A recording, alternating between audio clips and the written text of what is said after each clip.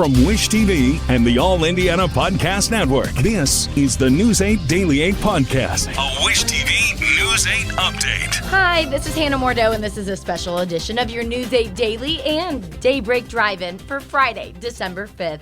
It is a really chilly start in the teens outside this morning. The cold weather has been the headline, and this morning, patchy freezing fog will be your issue. As the day moves on, though, we're going to have sunny skies and somewhat quiet weather through Saturday, light snow on Sunday. Otherwise, we're in for an okay weekend. A woman is dead and a man is in critical condition after police say a possible botched attempted robbery led to a shooting in Irvington. Police found the woman dead just before 7 last night inside Josephine's clothing store in the Irvington Shops strip mall on East Washington near Ritter. Officers arriving at the scene say they saw a man who ran from them. Police say there was a short chase behind the strip mall, and as officers tried to talk to the man, police say he shot himself. Investigators tell us they think the woman's death stemmed from a possible holdup at the store. IMPD's East District commander says if that's the case, there was no reason for gunfire. There's not a business on this street that would not give any one of these people that are out here that needed help, that needed food, shelter, whatever it is, they wouldn't bend over backwards to try to take care of them. Police say they have not firmly connected the man who shot himself to the death of the woman yet. Your statewide news network covers Allen County, where police say a woman and 2 men are hurt after a shooting at a Fort Wayne bowling alley. Police say it happened at the Thunder Bowl on Lafayette Street just before 10 last night. Investigators say an Allen County police officer working at the bowling alley heard gunshots and found 2 people shot inside. Fort Wayne police say officers later found another victim shot outside. Officials say 1 man is in critical condition, but his injuries are not life-threatening. The other man and woman are stable. Officers have not said if anyone is under arrest or what led up to the gunfire. A Marion County judge has sentenced a former Uber driver to 43 years in prison for killing his passenger. The judge sentenced Francisco Valadez yesterday after he pled guilty to killing Shanti Dixon last year. Police say Valadez admitted to trying to rape her, then shooting her in the head. Police later found her body in some woods on the city's southeast side. Dixon's mother directly addressed Valadez during her testimony yesterday. News 8 spoke with her after the hearing. We remember our daughter every day. We talk to her. We wear her shirts. I keep her close. And we just make sure that her children grow up in a loving environment and they know that they are loved and they are cared for and they're supported. As part of a plea deal, prosecutors dropped charges of rape and abuse of a corpse against Valadez. However, he must register as a violent sex offender. Happening today at the state capitol, the House is set to take a final vote on the new proposed congressional district map. House Republicans voted down all 21 amendments that Democrats filed yesterday. Democrats argue these would help reconnect communities potentially split apart by the bill. Republicans insist the map reflects the current political and economic climate here in Indiana. I will be happy to talk about the things that we should, in my opinion, pay attention to in the coming session, that just because we're redistricting right now, we're not still concerned about property taxes or health care costs and transparency, utility bills, child care, pre-K affordability, language I'm working on right now. I personally attended the congressional hearings in my district. There was standing room only. People are concerned about the city, the county, the district in which they live in. The House session is scheduled to start at 10 this morning. We'll bring you updates all day on Wish TV and wishtv.com. The Big Ten championship game between IU and Ohio State is tomorrow here in Indianapolis at Lucas Oil Stadium, but the fun kicks off today downtown. News 8's Hernan Gutierrez explains.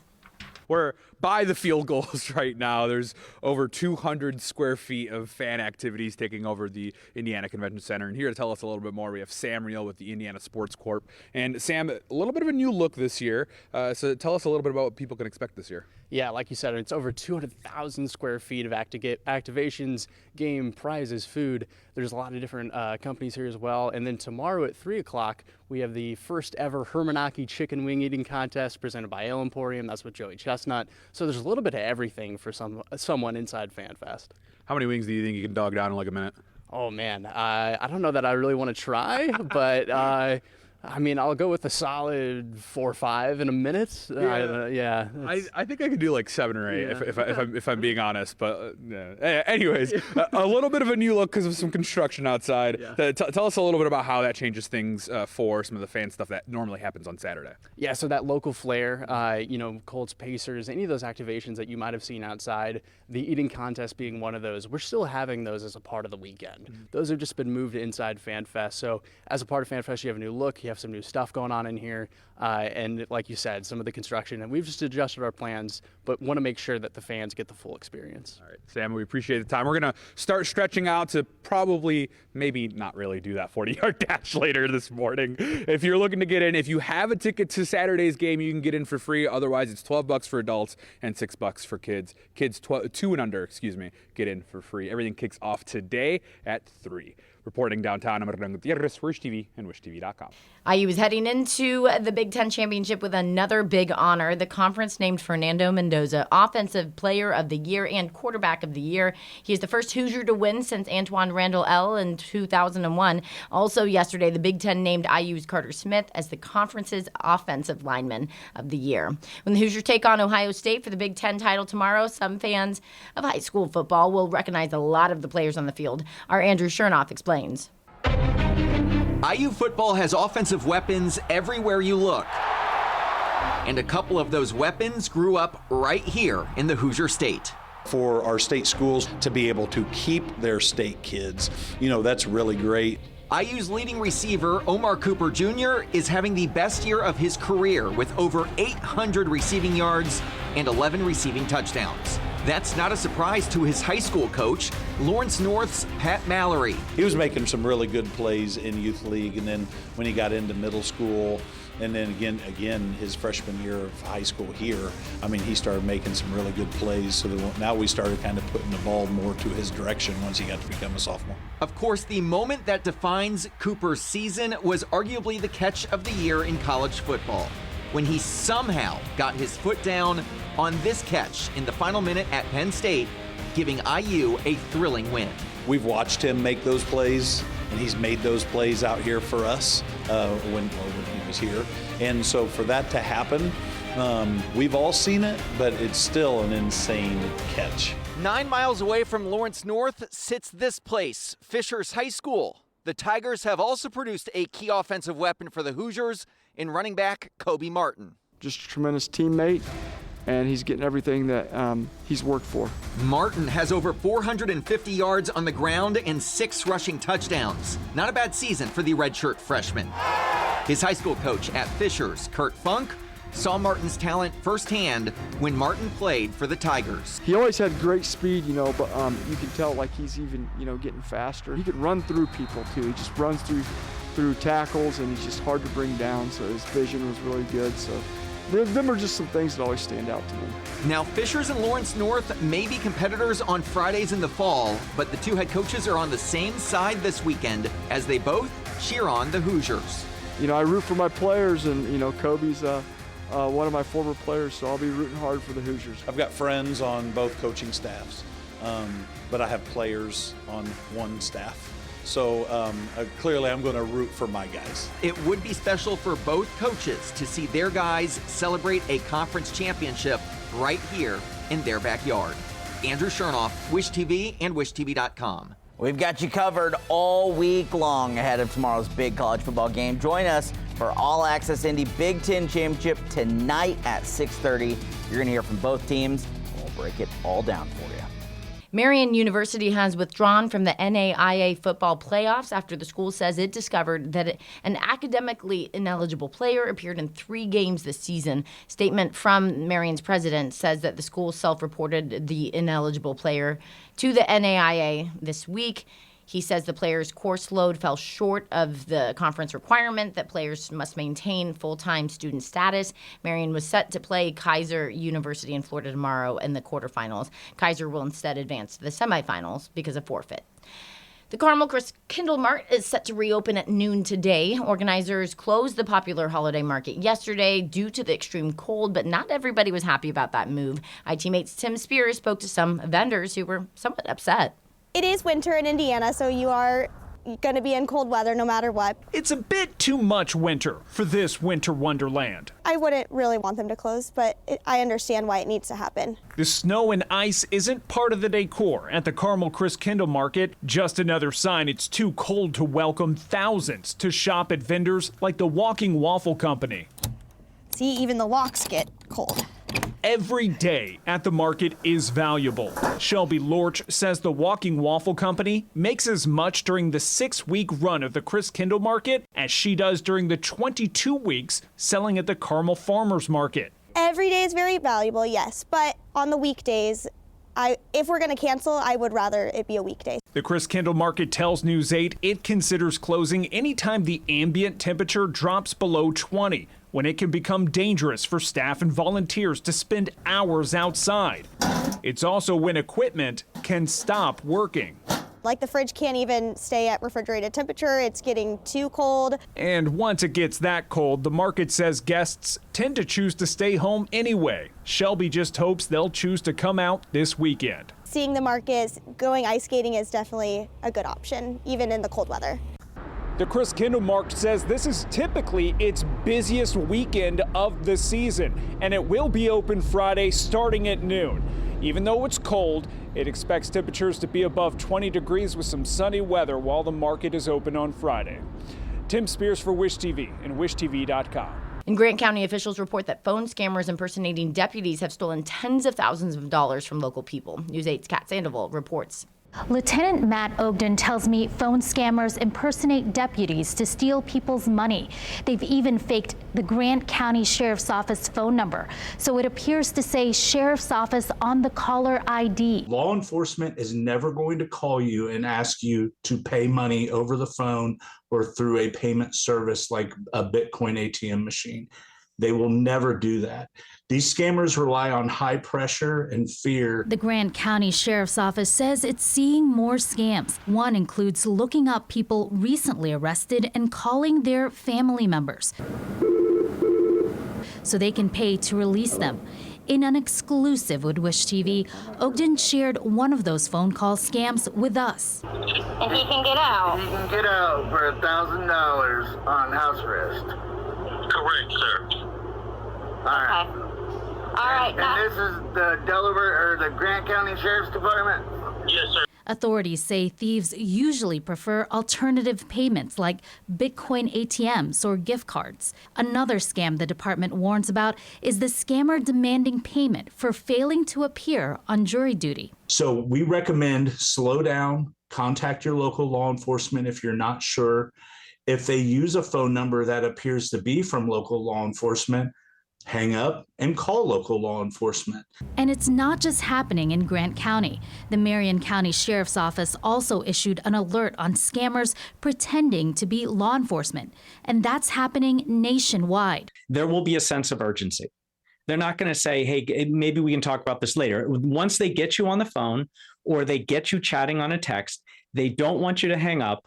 They don't want you to think. They want you to just move forward and send them money, because they know that if you have a moment to think, you might start spotting the scam. National cybersecurity expert Eric O'Neill recommends using a credit card on transactions. But when you use a credit card to make a purchase, then you have fraud protection from your bank. And there's a little tell. Most cyber criminals can't take credit cards. They're trying to trick you into sending a wire or actually sending them gift cards, or one of the biggest clues that it's a scam is they want you to send crypto. Ogden tells me the scammers are out of state and international, and they are doing the best they can to catch them. I'm Kat Sandoval for Wish TV, WishTV.com. Happening today, a panel of vaccine advisors to the CDC could take a vote on changing guidelines to vaccines after delaying a vote that was supposed to happen yesterday. As Jen Sullivan reports, some of the panel pushed back on what they called misinformation about the hepatitis B shot. We absolutely have not reached consensus. You have said we have reached consensus. A chaotic meeting Thursday among members of the Vaccine Advisory Panel for the Centers for Disease Control and Prevention. The meeting centered around the hepatitis B vaccine and whether it should be given to newborn babies even if the mother tests negative or their status is unknown. And there's broad agreement that hepatitis B is a serious health threat. with serious outcomes. That's not up for debate. What was up for debate was if additional data is needed on whether the vaccine should be delayed and the dose. The Vaccine Advisory Panel is made up of members handpicked by U.S. Health and Human Services Secretary Robert F. Kennedy Jr., a longtime anti-vaccine activist. You know that the decisions that they're going to be making are not science-based. Vaccinating all newborns against hepatitis B was first recommended in 1991. Since then, hepatitis infections among infants and children have dropped 99%, from an estimated 16,000 to less than 20, according to the American Academy of Pediatrics. A recent article from the AAP states while universal screening of pregnant people is helpful, it does not identify all infected mothers. They went on to write, evidence shows the vaccine is safe. But some worry this latest debate will create further confusion. It has already sowed unneeded anxiety, confusion, questioning, and concerns in American families who are trying to make the best decision for their children. I'm Jen Sullivan for Wish TV and WishTV.com. The FBI says it has arrested the man who placed pipe bombs near the Republican and Democratic National Conventions the night before January 6th in 2021 and the U.S. Capitol riot. Federal agents have arrested Brian Cole Jr. after nearly 5 years of an investigation. Grainy surveillance video shows only images of the bomber. The FBI combed through the footage and thousands of videos and tips and files. Ultimately, they say they identified Cole based on the shoes he was wearing. Officials say there was no new tip or evidence that helped lead to an arrest. Okay, some fun news now. You've probably heard your child say 6, 7, or lit, or rad, but where do these phrases come from? I really am perplexed by this. Each generation has its own lingo, is unique, defining as to the times, and the young Gen Zers and Gen Alpha are no different. Lee Waldman explains how some phrases enter the mainstream. If your kid says something is low-key fire, don't start looking for smoke. That's a compliment. 6, 7, hand motions are necessary is when that's also sticking around. Spoiler alert, it doesn't mean anything. If you're confused, sorry to break it to you, a lot of these phrases are here to stay. Meme speak is taking over the chat. Bro, I'm gonna crash out. Dominating the lexicon. 6, 7. And confusing grown-ups everywhere. Chat, is this rich?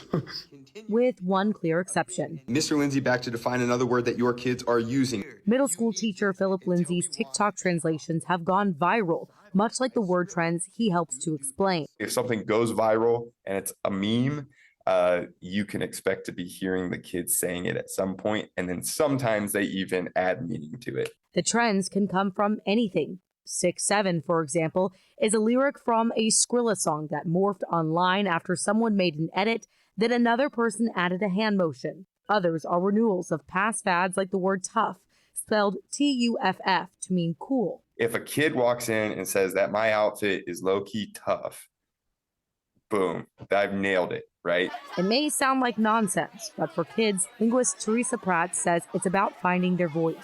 Young people innovate a lot with language, in part because that's a kind of socialized chapter of life where you're supposed to do creative things with your style. Mr. Lindsay says try to speak the language, even if it's cringe. Parents and teachers need some kind of bridge of conversation with their kids to joke about some of the words or some of the memes that then opens up to more meaningful conversation. So parents, if you're inspired to try and use some of these phrases in your everyday conversations, you will be called out if you use them incorrectly. If you're called unk or told you're not tough, you've missed the mark. In New York, I'm Lee Waldman. This has been your News 8 Daily and Daybreak Drive-In from Wish TV. I'm Hannah Mordo. Watch us on Wish TV and WishTV.com. This is the News 8 Daily 8 podcast, a Wish TV News 8 update on demand. For even more, on demand and on the go. Connect with Wish TV on Facebook at WishTV.com and on the free Wish TV mobile app. Thank you for listening. And be sure to like, subscribe, and follow this podcast for updates every weekday morning on the All Indiana Podcast Network and wherever you get your podcast.